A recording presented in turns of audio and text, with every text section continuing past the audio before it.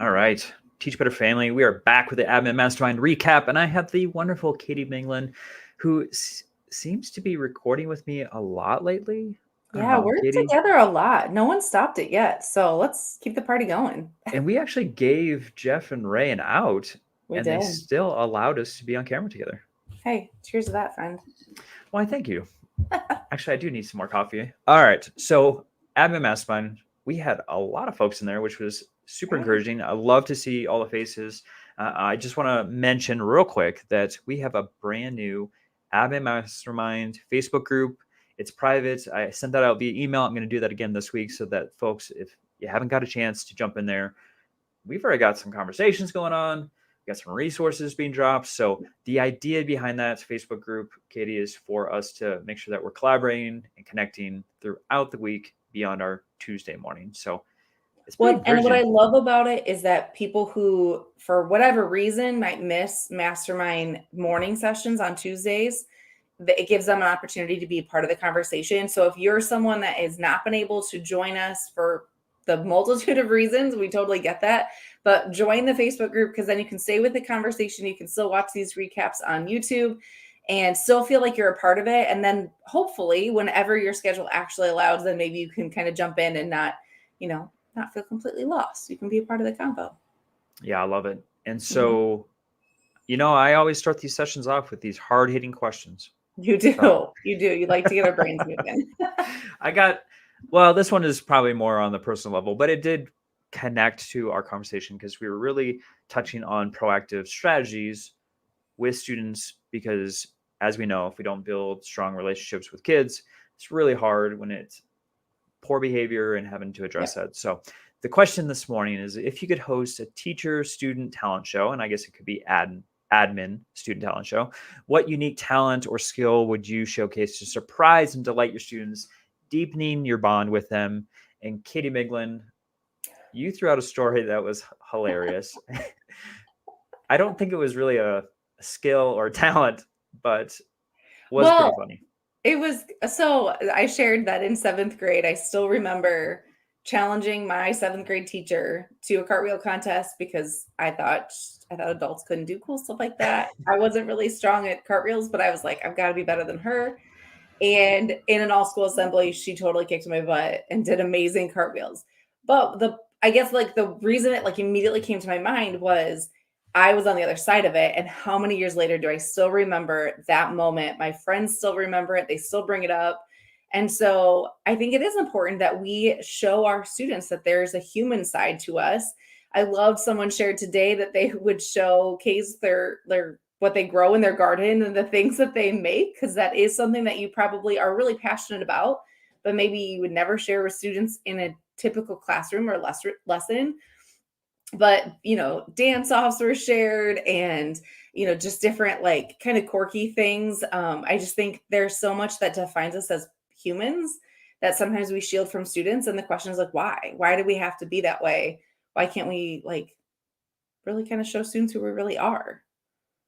Yeah, I know I played in several student teacher basketball games as Yep. both a teacher and admin. And I always got a lot of comments of like, you're actually athletic. Like they were surprised I could actually go Mhm. beyond just walking down a hallway, which was always surprising to me. Like I Mhm. was a coach, like you should know I can Right. at least like do certain things. Right. But yeah, it's funny how students don't actually see you beyond your role. And Mhm. I love some of the comments like opera singing and Yeah. baton twirling and all these different skills that we just didn't know. Ballet dancing, like you Mhm. said, dancing. So there was a lot of talent out there in the admin mastermind, and so it was fun to kind of see a different side of our leaders with that question. But it is important, and it was kind of a bridge, as always, to kind of our topic for today, which was the proactive stuff. So I threw out like strategies, like what are strategies used for admin to build with our students? Because Katie, as you know, it's different. It's a different kind of relationship as an admin versus a teacher. A teacher, you see your students every single day. Right. You have those opportunities to build those relationships, but that's not always the case with administration. Sometimes I get a student to come to my office in the middle of the year I maybe Yeah. have seen them in the hallway. Right, I don't know their right. name. I don't know their background. I don't know their family. Yep. And so it's really hard to like establish that right away. So, I was hoping that we would, be able to share out some examples for our admin, but then also some strategies to build for our teachers, because it's great Mhm. for them to, learn those strategies, because we can't assume that our teachers just know how to build strong relationships. So, Katie, what was your takeaway from this question in regards to strategies to build strong relationships? Well, the question was kind of twofold, like you said. It was not just how do we build those relationships from the administrator side or some of those leadership sides, but also then how does that trickle down to build that culture where it's across the board, teachers, instructional coaches, everyone is, creating that sense of community. And I did love that some people kind of shared, we talked for a while like about advisory, or what the idea of advisory, whatever you might call it, how that can be really proactive in establishing just more intimate relationships with students, getting to know them on a different level. I shared just like simply getting everyone out in the hall. I mean, it's pretty easy to just have people standing in the halls as kids are coming in during passing period. I know that there's always things happening in our rooms. There's always excuses on, well, I have to go to the office or I have to go do this, but just setting the climate of everyone just is in the hall saying hi to students and greeting them is such a big and powerful thing. But then also just the idea that it's creating a sense of like we are in this together, and that was kind of where I feel like we landed for a while, of establishing that it's not just like the teacher's school or the principal's school or my classroom, but we are kind of a family unit and we are all contributing to this, and having open conversations. And I know we've talked about it in the past, but it makes a big difference in that idea that a student feels like they are a part of it and not just an attendee of school. And so I did love people who were sharing some of those specific examples of how they make that work and how the conversations go, because it can be kind of, I don't know that I would say overwhelming, but like if you're someone who has never had that mindset, it can be hard to like switch that mindset to think the students are equal members of this classroom as I am, and we're all contributing to the school community. So I know you guys kind of had similar things at your campus, Josh. So kind of what did you take away from that conversation? Yeah, I think folks were talking about, being consistent with the relationship building in the classroom, trying to establish that in advisory specifically. I know we Yeah. talked about that as far as like having a certain amount of time to go through SEL components. I think too often in the classroom, we spend like the first 2 weeks of like diving in and trying to get to know our kids. And then as the year goes on, that goes away. And I think it's just something that we just need to instill. And that's what we did with our teachers, was like trying to make sure that we instill these brain breaks and these opportunities for check-ins and things where it's something that you have to touch on every single day. And we're going to talk about this a little bit later, but like the relationship agreements and things that we put in place was to make sure that students knew the expectations, they knew that we cared, we wanted to learn more about them, and it wasn't something that we are just checking off on a box to Right. say for the first week, we're going to really dive in and get to know our kids. But it was something that is instilled in our lesson plans. It's just something that's natural. We did relationship circles all the time, and honestly, we got to a point where our kids just like begged us, like, can we please do this? Yeah. And it took literally like 30 seconds to a minute of time in the classroom. So it didn't take a lot of uh, Right. take a lot from the lesson, but what it did was it allowed kids to make connections with their peers and with their teacher. And that was so powerful. And so I would just give anyone that's listening right now, for our admin, like, I'm giving you permission, like to instill this. And it's not just about SEL. It's just about, Mhm. building relationships. And if I saw, like, as an admin, if I walked by a classroom and someone was doing a relationship circle, I walked in that classroom and I jumped in the circle myself, Yep. because I wanted to get to know my students on a deeper level. I wanted them to see me as a person and trying to make some connections. So like when I did see them in my office, hopefully it wasn't the first time I saw them. Right. Hopefully it wasn't the first time I had a conversation with them, and hopefully it wasn't the first time I didn't know anything about them. Like I actually had some positive interactions. So, um, I mean, Katie, this this session we didn't really have like too many questions that we went through, just because it was such a rich conversation. Well, and Josh, you bring up such a good point too when you're when you say that, you wanted your students in your campus to see you as a human, that's huge because we know inevitably we will lose our cool at some point because Oh, for we're sure. human. But how much easier is it for a student to identify that we are human and we make mistakes, and to be able to like kind of forgive and move on, versus the only interactions they might have with us are in those negative moments. And like you said, an administrator, sometimes that's the only time you might see a student is when it's a not so pleasant conversation or when it was a situation that didn't go well. And so if there's no relationship established, it makes that conversation so much harder. Yep. So I think it's important to understand that the purpose behind it is that we are seeing each other, both sides, as human. But to kind of tag onto your challenge, I would also challenge you to, as administrators or teacher leaders, when you're thinking of a staff meeting, how can you embed some of those things with your staff and set the Yep. tone of, I'm modeling things I want to see in your classrooms.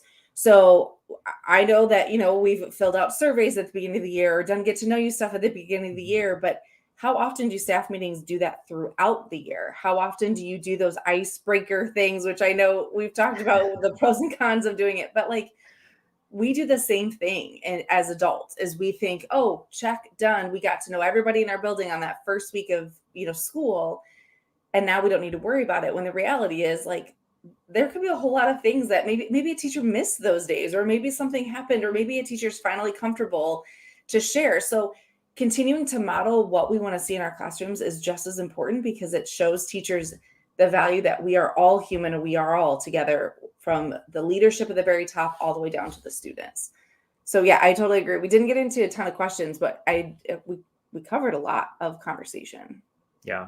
I'm so glad you said that, Katie, because we did as admin, like we would do something that was very similar to what we would want to see them do in the classroom, Mhm. and then we'd actually like bring that to light of like what we just did is something that you can bring to your students and use.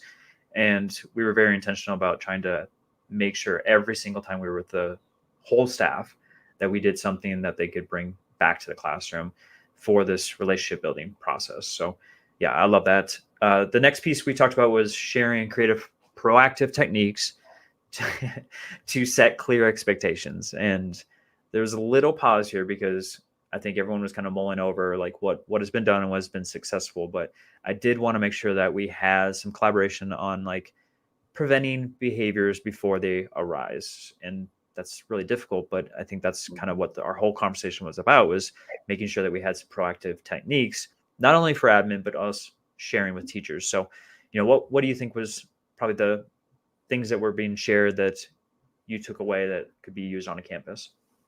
Well, you know, it's something that is kind of $1 million question. And I even said that. I said, this is like, once you figure this out, if I think you've got education in general figured out, but continuing to coach students, throughout the year. It's not a one and done. It's not where I'm not setting expectations and talking through things at the beginning of the year, or maybe just that semester, quarters, or whatever. It's got to happen frequently.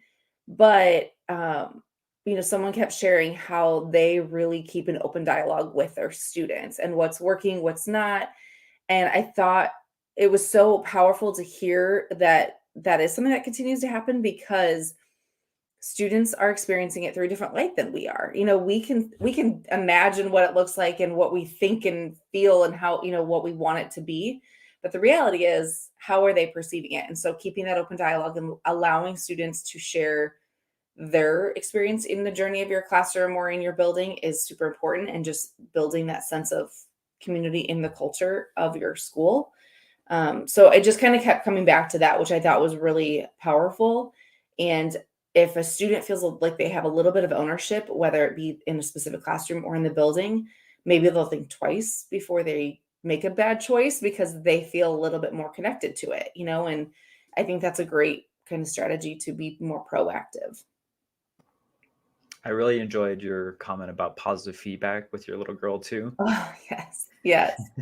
Yeah, I shared just that, like, I was really bad at always being positive with students. I mean, I was like a positive person, but if you paid attention, I didn't necessarily call you out, because it was like, well, duh, that's what you're supposed to be doing. But my oldest she comes home with something positive, pretty frequently, or she can tell me about a peer that got acknowledged. And it is very small things, but it lights up her day. And I mean, there was a day she was homesick from school, and all day long I had to hear about how she was missing who was the VIP student of the day. And when I asked her what that meant, it was simply a kid got to sit in a cool chair. That was it. And it was like something so small, but it was making such a big difference in her world. And so it's just a good reminder that there are a lot of positive things and things that are going well in our buildings and our campuses. And we really should shift our focus on that, because I do think that the more we can focus on the positive, maybe that'll be a trickling effect and not always focus on the negative. The negatives might go away. And it doesn't have to be anything big. It could be a small little sticky note. It could be a sticker. It doesn't have Yes, to be. that's literally what hers was. It was just a postcard that Yeah. the teacher had pre-made, and it just had a spot for a name and 3 checks, like 3 check boxes. And it was like, one was like paid attention, one was like helped appear, and something else. And she had one of those boxes checked and her name. And it probably took the teacher like 15 seconds to fill out, but it was like the biggest deal in our house last night. It went on the fridge and it was a whole conversation. And so it was a good reminder for me as an educator, like those little tiny things might be really small, but make a big difference to our students. Yeah. Well, I hope next week, if you didn't have a chance, because we know admin life is crazy, if you didn't have a chance to join us, we're going to continue this conversation with student behavior. We're going to talk about student-centered instruction next week. So if you're looking for that, we're going to dive in. And if you are checking us out on YouTube for the first time and you have no idea what Admin Mastermind is, but you're interested, you can do a free sign up at teachbetter.com/mastermind. It'll give you a Zoom link. It's the same Zoom link every week. So you can just throw it in your calendar. Super, super simple, and join the conversation. It was very rich this morning. Like I said, we had a bunch of folks there and talking about student discipline and proactive tips. And we're going to continue that conversation in the Facebook group. So if you haven't joined the private Facebook group, I'm going to email that out with the link. And so if you have signed up already, again, at teachbetter/mastermind, then you are going to get that link. And we've already got quite a few folks in there already, Katie, in the Facebook group. It's kind of taken off, which is awesome. But you can also tag a friend, tag an administrator, forward the email on to people that you think might benefit. We'd love to grow our family and continue to hit those leaders all over the world. Yeah. Well, Katie, thank you so much for not only joining the Admin Mastermind, but joining me for this recap. It was such a fantastic conversation. I can't wait to dive in a little bit further next week. Sounds good. And now I think I need to push a button.